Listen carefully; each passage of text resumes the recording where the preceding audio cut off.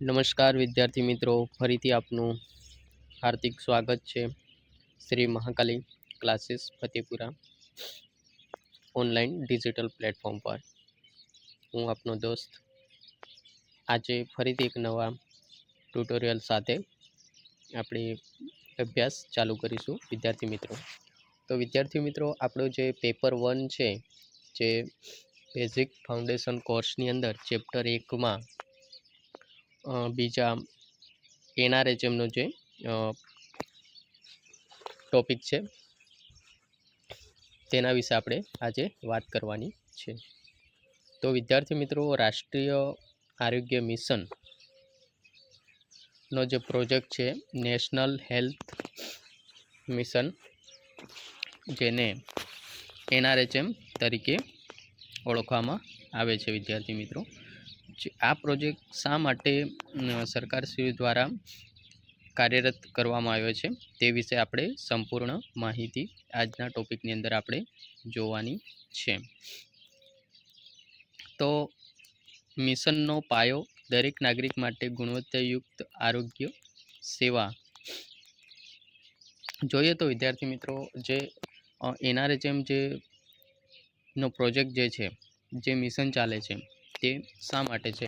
તો કે દરેક નાગરિક માટે ગુણવત્તાયુક્ત સારી એવી આરોગ્ય સેવાઓ મળી રહે તે માટે આ સરકારશ્રી દ્વારામાં ચલાવવામાં આવતું એક મિશન છે, જેની અંદર ભારત સરકાર દ્વારા 2013માં શરૂ કરાયેલું રાષ્ટ્રીય આરોગ્ય મિશન એનએચએમ એ એક વ્યાપક આરોગ્ય અભિયાન છે. ભારત સરકાર દ્વારા ચાલુ કરવામાં આવેલું એક વ્યાપક અભિયાન છે. હવે આ મિશનનો મુખ્ય હેતુ દેશના દરેક નાગરિકને સસ્તી, ગુણવત્તાયુક્ત અને સુલભ આરોગ્ય સેવાઓ પૂરી પાડવાનો છે.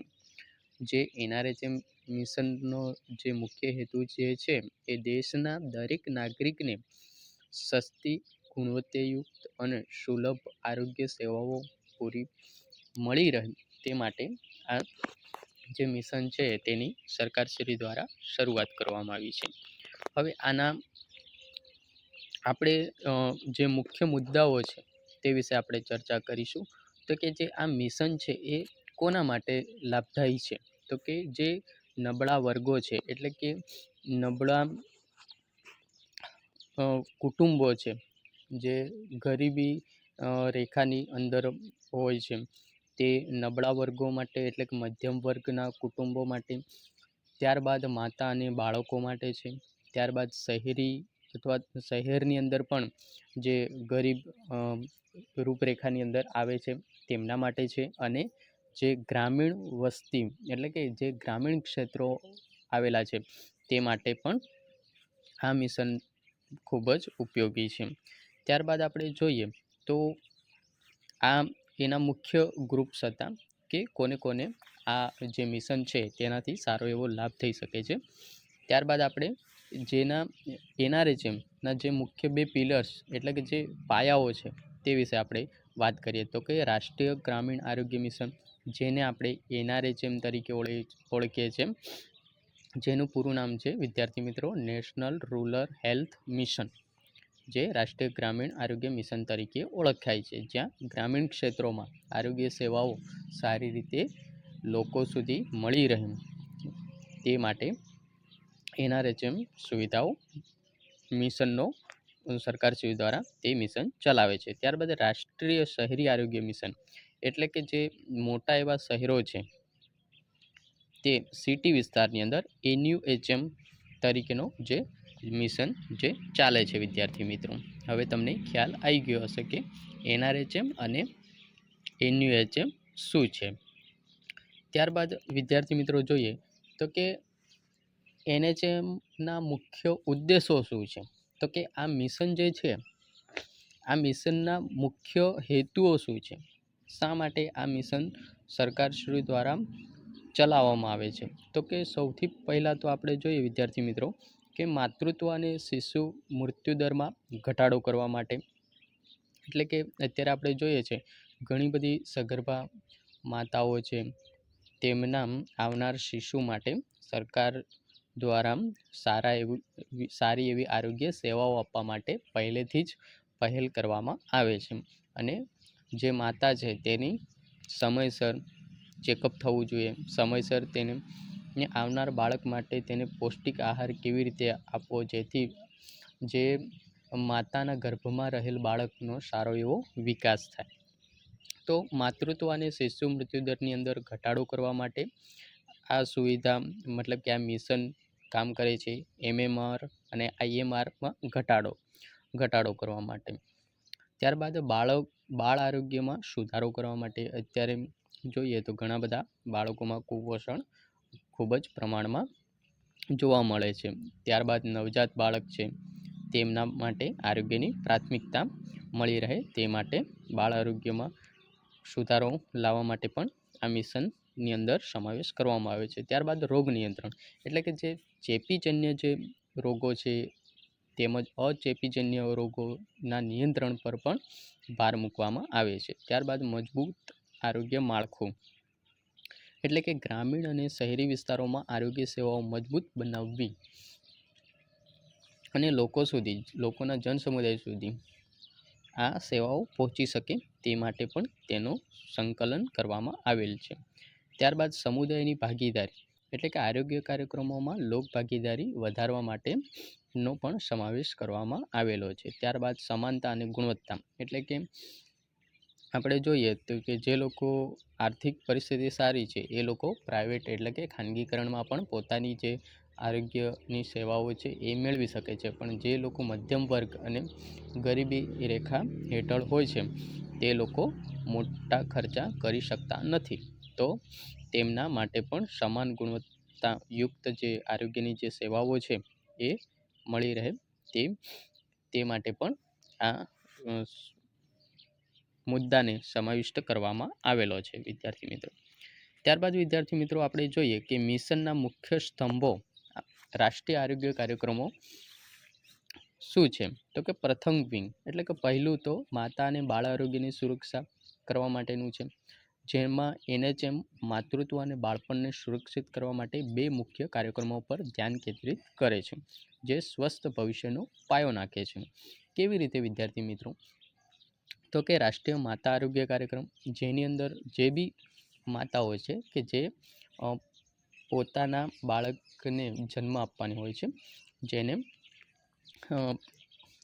સગર્ભા કહેવામાં આવે છે, અને જે માતાઓ જે છે એ બાળકને જન્મ આપી ચૂક્યા છે તે ધાત્રી માતા તરીકે ઓળખાય છે.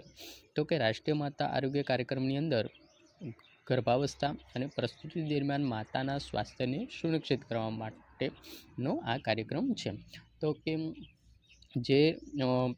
જે માતાઓ જે છે એ સગર્ભા હોય તો તેમનું દર વખતે તેમનું ચેકઅપ થવું જોઈએ, તે બાબત ધ્યાન રાખવાની હોય છે. અને જે માતાઓ જે છે જેમને ડિલિવરી થઈ ગઈ છે તેમનું પણ સ્વાસ્થ્ય ખૂબ જ ઇમ્પોર્ટન્ટ હોય છે.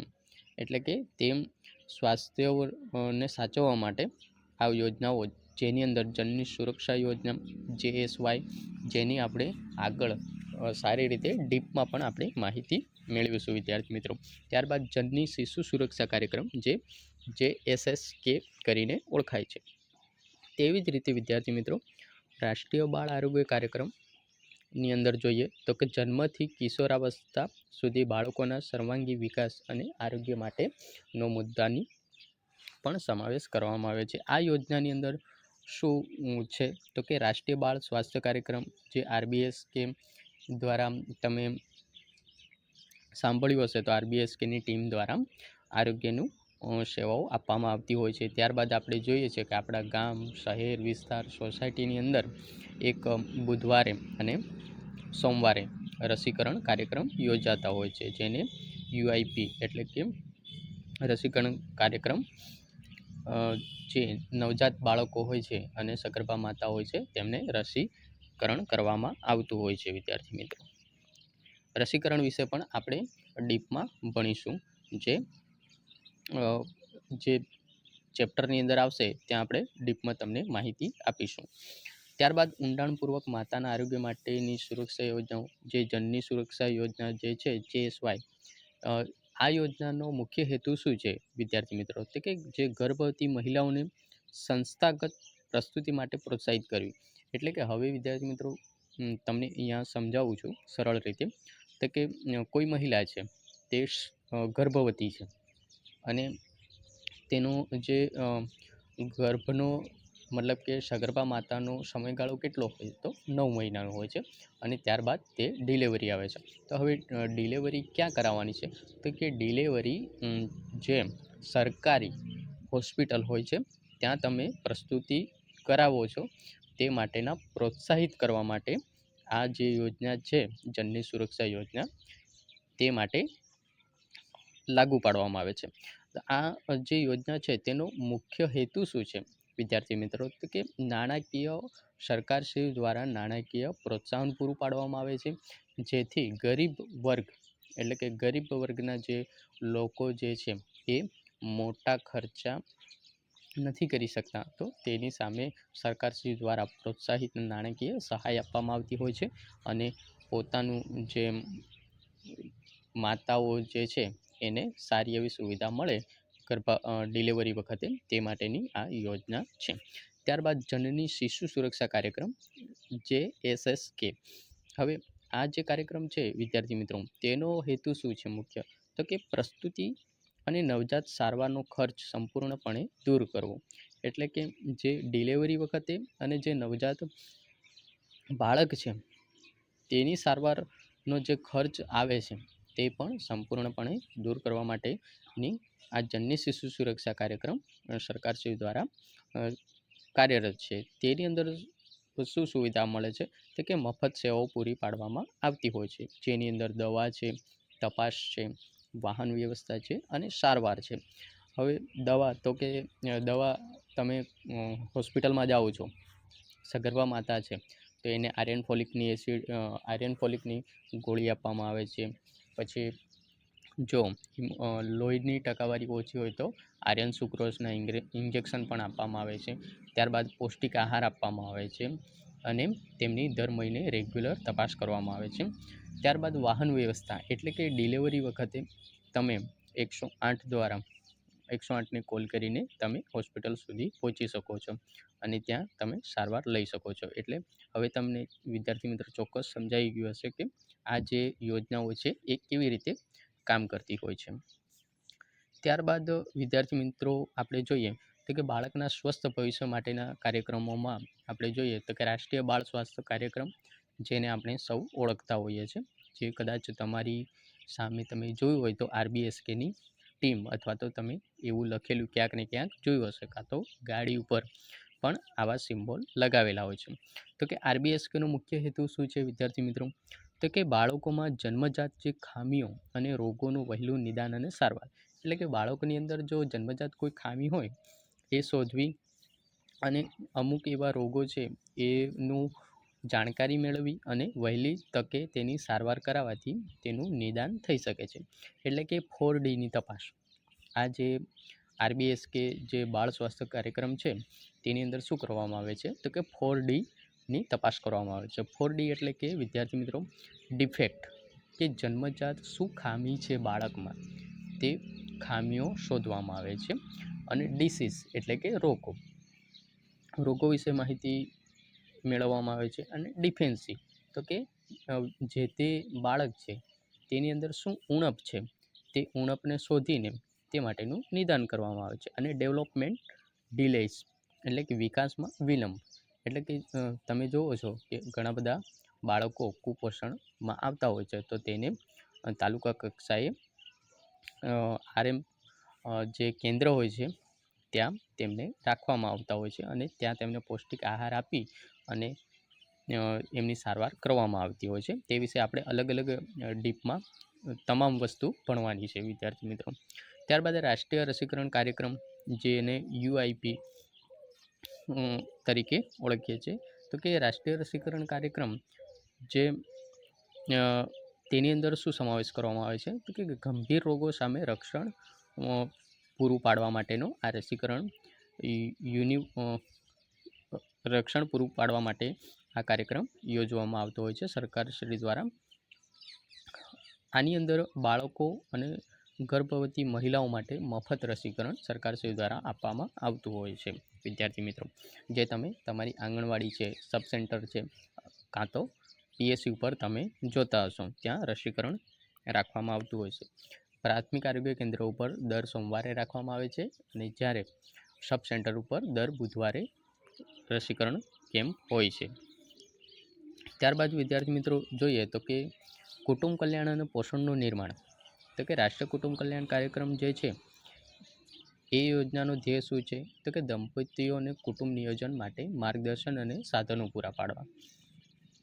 પૂરી પડાતી સેવાઓ તો કે જન્મ નિયંત્રણ પદ્ધતિઓ જેમ કે કોન્ડમ છે, ગોળીઓ છે, પછી આયુસીડી એટલે કે જે કોપરટીનો સમાવેશ કરવામાં આવે છે. સ્થાયી પદ્ધતિઓમાં જોઈએ તો અત્યારે હમણાં હાલ શિયાળો ચાલે છે તો ઘણા બધા ઓપરેશનના કેમ્પો ચાલતા હશે.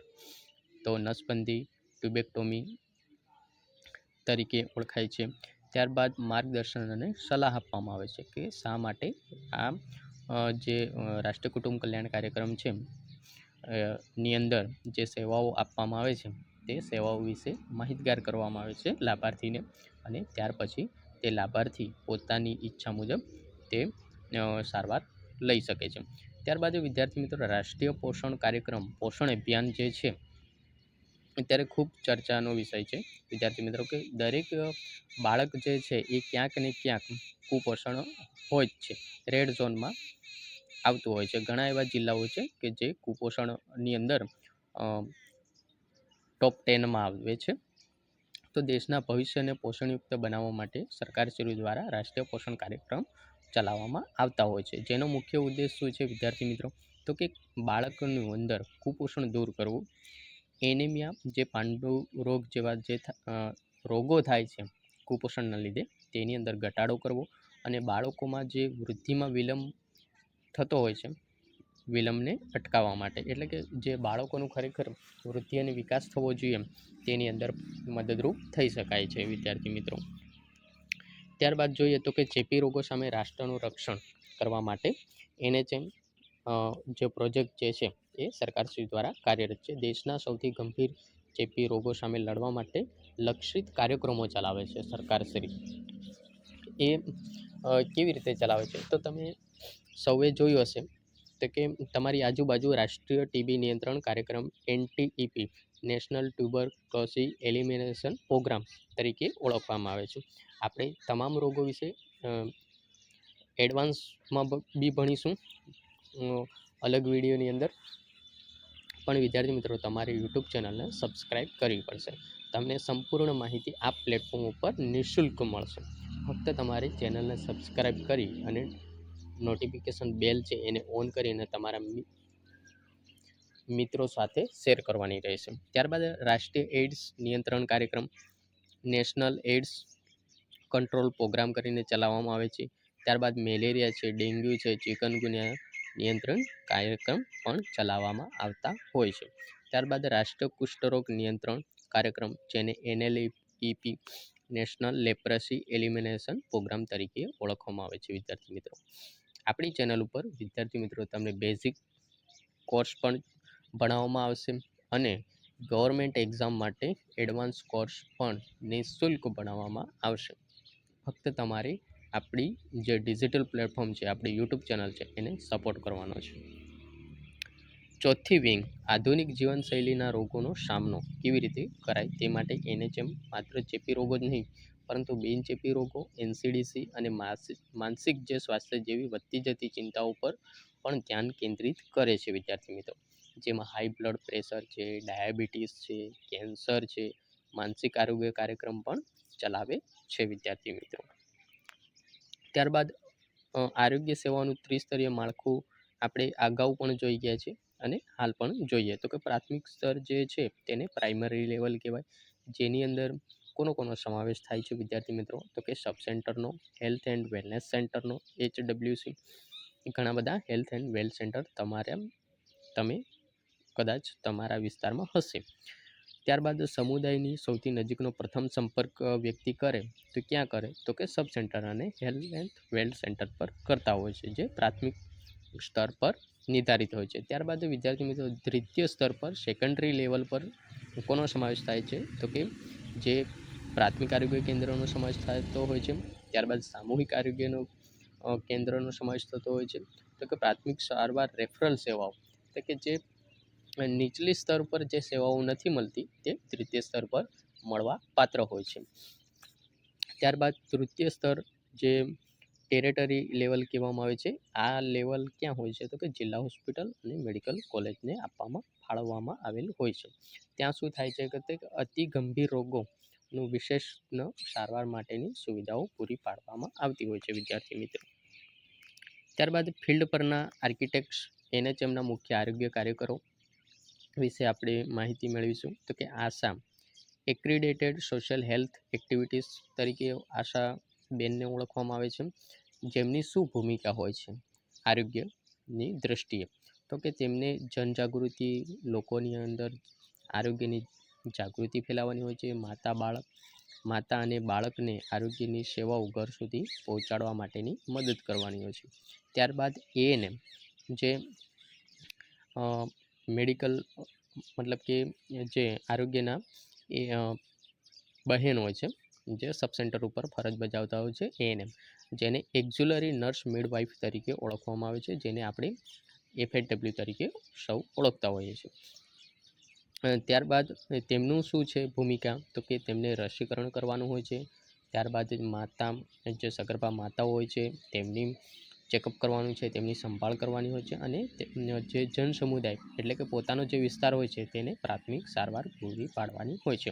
ત્યારબાદ વિદ્યાર્થી મિત્રો આપણું આવે છે તે કે એમપીએડબલ્યુ, જેને મલ્ટીપર્પઝ હેલ્થ વર્કર તરીકે પણ ઓળખવામાં આવે છે, અને એસઆઈ એટલે કે સેનિટરી ઇન્સ્પેક્ટર તરીકે પણ ઓળખવામાં આવે છે, જેને સ્વચ્છતા નિરીક્ષક તરીકે ઓળખવામાં આવે છે.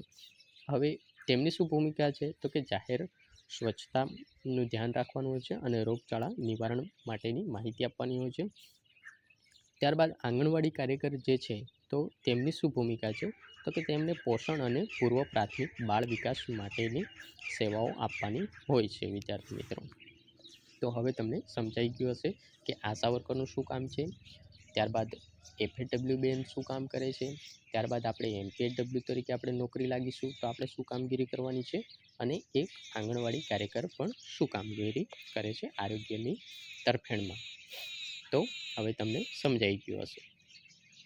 હવે મિશનનું પરિણામ એટલે કે રાષ્ટ્રના સ્વાસ્થ્ય પર સકારાત્મક અસર વિશે આપણે માહિતી મેળવીશું. એટલે કે એનએચએમ માત્ર એક યોજના નથી વિદ્યાર્થી મિત્રો, પરંતુ એક પરિવર્તનકારી બળ છે. એટલે કે પરિવર્તનકારી એક યોજના છે, એક મિશન છે, એક વિચાર છે, જેણે ભારતના આરોગ્ય ક્ષેત્રને સારું એવું મજબૂત બનાવવામાં પાયો આપ્યો છે.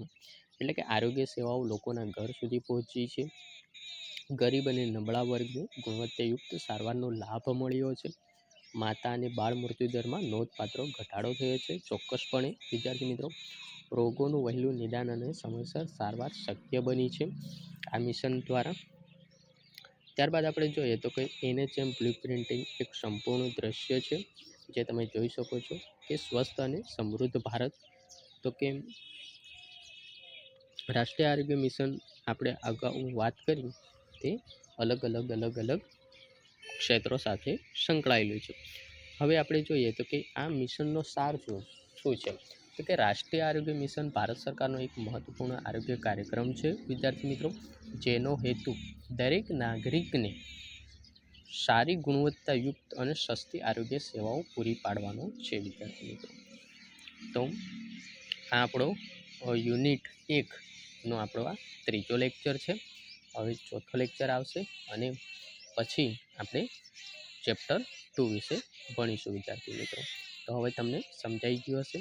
અને હા વિદ્યાર્થી મિત્રો, યુટ્યુબ ચેનલને સબસ્ક્રાઈબ કરવાનું ભૂલતા નહીં. આવા જ વિડીયો સાથે ફરીથી મળીશું. ત્યાં સુધી સૌને જય હિન્દ, જય જય ગરવી ગુજરાત, જય જોહાર.